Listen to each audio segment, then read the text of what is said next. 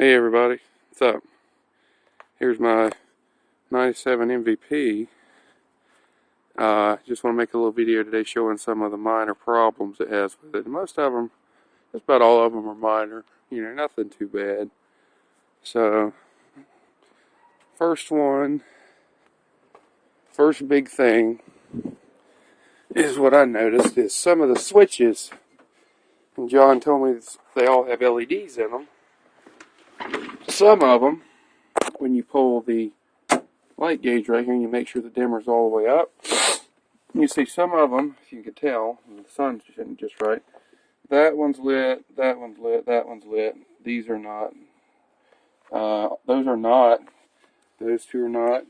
And these are right here, except the one on the far right. I need to get some more switches, order them and replace them, because it's kind of hard to drive at night and kind of pick out what they are. So I'm going to order some new switches and replace them. So also when you pull the gauge lights knob, the water temperature gauge engine thermostat does not light up. These all work and function. All these gauges function properly, but this one does not light up. So either it's the wires come loose or bulbs out or whatever. So I can probably fix it. Also, while I'm on the subject of gauges, just to let y'all know, I made that parody video or making fun of that MVP. That was not this one. That was another one I was just making fun of.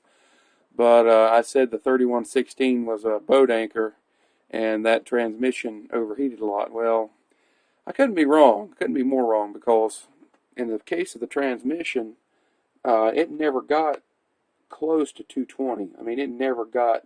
It was between 160 and 220 the whole time. Never. And I mean, I was going up and down some really steep mountains, and I was having to lock it in lower gear so it wouldn't shift, because this sucker will fly. So it was scary driving this thing down the mountains. I mean, it was just flying. So the transmission runs very cool. Oil pressure is always between 25 and a little bit over 50. Which is, I guess, it's about the same range as my 6.9, runs at. So, voltmeter works. It's always on 14, right on 14. Water temperature, like I said, the gauge, the light is out, but just to let you know, it runs on 195, which is, even though it's the center of the gauge, I think that's still just a tad bit too hot, because when we changed fluid and coolant in the 6.9 up there, I mean, it'll run in the center of the gauge, which is like 180, but never, it's not usually 195. So I mean, that could be, what this cat motor is a way more heavier duty motor than the that 6.9, but I mean, it run on 195 the whole time, didn't get any hotter than that, so I don't have any room to complain. So yep. Also found out this knob right here, that favors a choke handle, is a vent. John told me that, and then a YouTube user seconded that. So it's a vent. I need to find where it is. The defrosters work. The heat is actually very warm. And I also wanted to ask a question about the pump button while I'm over here. These two are for the defroster up here, and they both work high and low, and they work no matter what. But the passenger heater, which also is a high and low, I need to know, should the pump go on when the heater is on? When the passenger heater is on, should the pump be on too? I mean, if that's the case, I would just wire the pump to that, so when it didn't matter what you did, it would always come on, which was a good idea, instead of having to remember to cut it on. So let me know if they have to be used in conjunction, which I'm thinking they do. Just kind of confirm that. There's a C2, North Carolina, Lee County Spec C2, stopping in the middle of the intersection there to let kids off. He didn't even pull across, and the way he's turned, a car could come flying down the hill, and the car has no stop sign. So yeah, good job, bus driver. Anyway, let's go show you another thing wrong with this sucker. One of the back windows, can't remember if it's either this one or that one. Whenever you hit a bump or it takes it a little bit, they'll jiggle, and it'll jiggle in such a way that the latches kind of give way, and it kind of just droops down until it's all the way open. And I'm always having to run back here and slam it shut. So I'm gonna have to see what I can do about that. But again, minor problems. Roof hatches work, they're tight, they open all the way.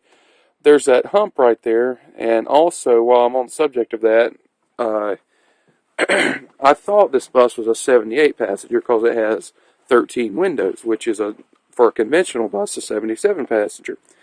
But when I checked my data sticker, found out it's a 72. Fine with me. Didn't change anything for me. So, there you go. It's a 72 passenger.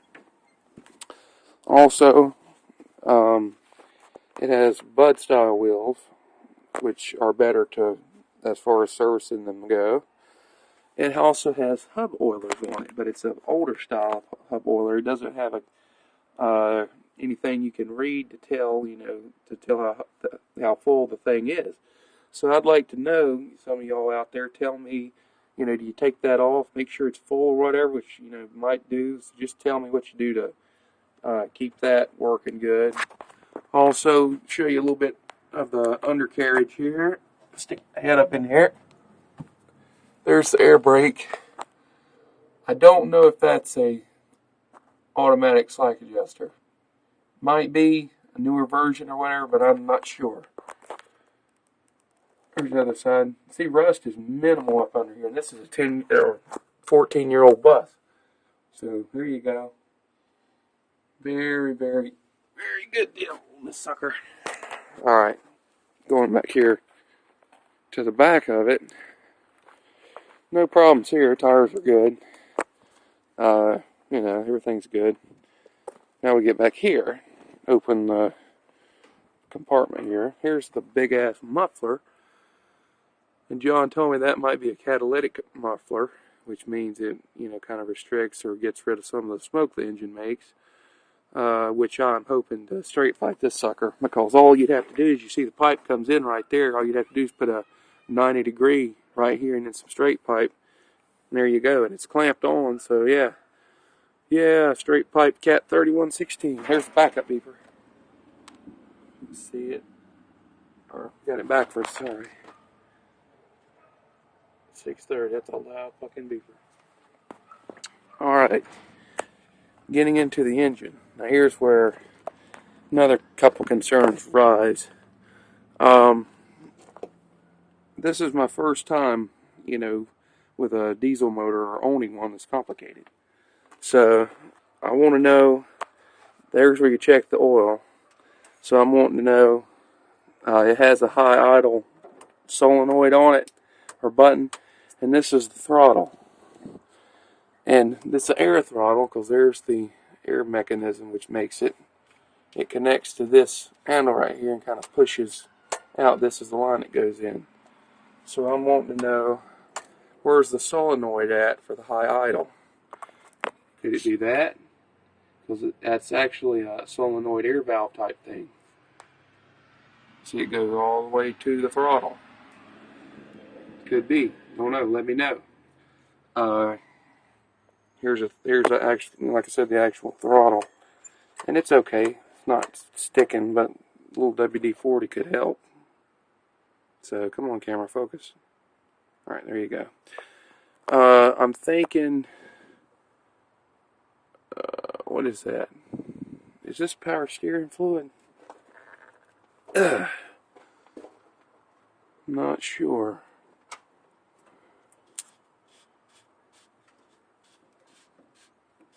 Don't know. Check oil. Might be. Don't know. This is another type of filter. It could be fuel. But there's also another one down there. And right there, it has three big filters. One, two, and then three. And that filter is the thing on it, like a base type thing. There's a IC. Yep.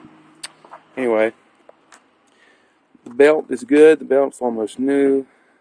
Hoses got a little age on them, but no cracks, so they're okay. Here's the air cleaner. I need to figure out how to take that son of a bitch off. I don't know how dirty or clean it is. There's a gauge, but I can't go by that. So, how do you take that sucker off? You just unclamp it, or unbolt it and unclamp it, and just kind of pops off, or is there some special way this sucker comes out or whatever? So just let me know. Here's also the radiator, which has a little bit of surface rust, but nothing too bad. This bus runs excellent. Here's the actual radiators. There's a big one and a smaller one. That's the bigger one, as you'll notice. It's, old, but nothing too bad. So, there's the heater inside there. Where you turn, you got your hose nozzle for your heat. And I made sure, and it was on. It was open. So, yeah. So, yep. Now, this is what I don't know. This is something I have no clue about. If you'll notice, you'll see that almost like an exhaust pipe, piece of flex pipe hanging out right there. And when you open up this compartment, you find this son of a bitch. It's a Webasto. Don't know what the fuck it is. Is it the heater pump? Don't know. Somebody tell me what the hell this thing is, because if I don't need it, I'm going to take it out. Because I don't like that fucking piece of pipes right there. But anyway, Webasto, and it's got a digital thing, which I failed to mention. I'll go in there and let you see again. Webasto something. No idea. It looks like some sort of a pump, though. Just let me know. And you got to close these like that. You can't slam them. So, yep. And I don't know if I showed you, but the switches here, like I said, I really don't have to take the panel off above because they pop in here.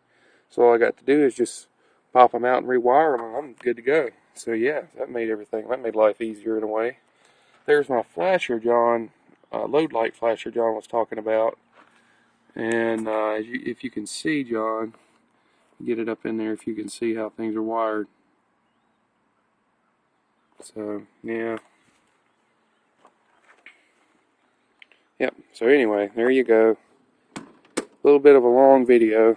Sorry about that, just wanted to make an in-depth thing. So, last thing. There's that Webasto. The sun out of the way so you can see. I don't know what the hell that is. It goes to that pump or whatever, but I have no fucking clue what it is or how to work it. So, if somebody knows, please let me know, and I'd be very grateful. So, there you go. There's your video, and have a good one.